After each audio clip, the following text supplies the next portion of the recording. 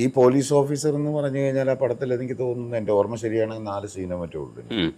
കുറച്ചേ ഉള്ളൂ, അതെ. വളരെ കുറച്ചേ ഉള്ളൊരു ക്യാരക്ടർ. പക്ഷെ പവർഫുൾ. രണ്ട് സീനും കൂടെ ഉണ്ടായിരുന്നു.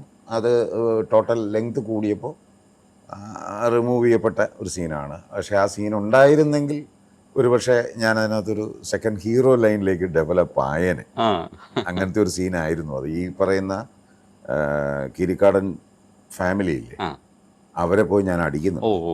അപ്പോൾ അടിച്ചു കഴിഞ്ഞാൽ പിന്നെ സേതുമാധവൻ അടിക്കുന്നതിന് വെയിറ്റ് ഉണ്ടാവില്ല.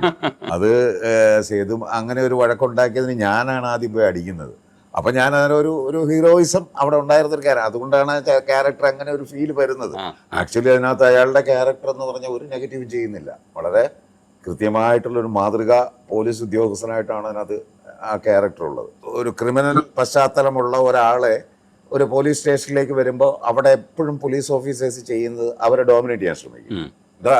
ആ ഒരു മുട കാണിച്ച് അവർ ഞാൻ പോലീസാണ്, ഞാൻ നിയമപാലകനാണെന്നുള്ള ബോധ്യം അവരിലേക്കുണ്ട്. അവൻ്റെ ആ ഒരു ഇതങ്ങ് ഇടിച്ച് താഴ്ത്താൻ, അതൊരു സൈക്കോളജിയാണത്. ആ രീതിയിലുള്ള പെരുമാറ്റമായിരിക്കണം എന്നുള്ളത് എനിക്ക് അവിടുന്ന് ഡയറക്ഷൻ തന്നിട്ടുണ്ട്. ലോകേട്ടനാണെങ്കിലും ശിവേട്ടനാണെങ്കിലും ഒക്കെ പറഞ്ഞു തന്നിട്ടുണ്ട്. അപ്പം ഞാൻ വിചാരിച്ചു ഇവനെ അവിടെ ഞാൻ മോഹൻലാൽ അവിടെ നിന്ന് കഴിഞ്ഞാൽ ഞാൻ അവിടെ മുഴുവൻ കിടന്ന് ഇങ്ങനെ കളിക്കത്തക്ക രീതിയിലൊരു മൂവ്മെൻ്റ് ആയിക്കോട്ടെ. അത് വേണു ചുമരി ലൈറ്റ് കംപ്ലീറ്റ് ലൈറ്റപ്പ് ചെയ്തിരിക്കുക. അന്ന് ഈ പറഞ്ഞ പോലെ ഇത്ര ലൈറ്റപ്പ് ഒന്നുമില്ല. ചുമരി എന്ന് പറഞ്ഞ കാര്യത്തിൽ ഇത് ഒരു ശിവേട്ടൻ അവിടെ നിന്ന് എന്താ സമയം ഞാൻ പറഞ്ഞു ഇങ്ങനെ ഒന്ന് മൂവ് ചെയ്തോട്ടെ എന്ന്.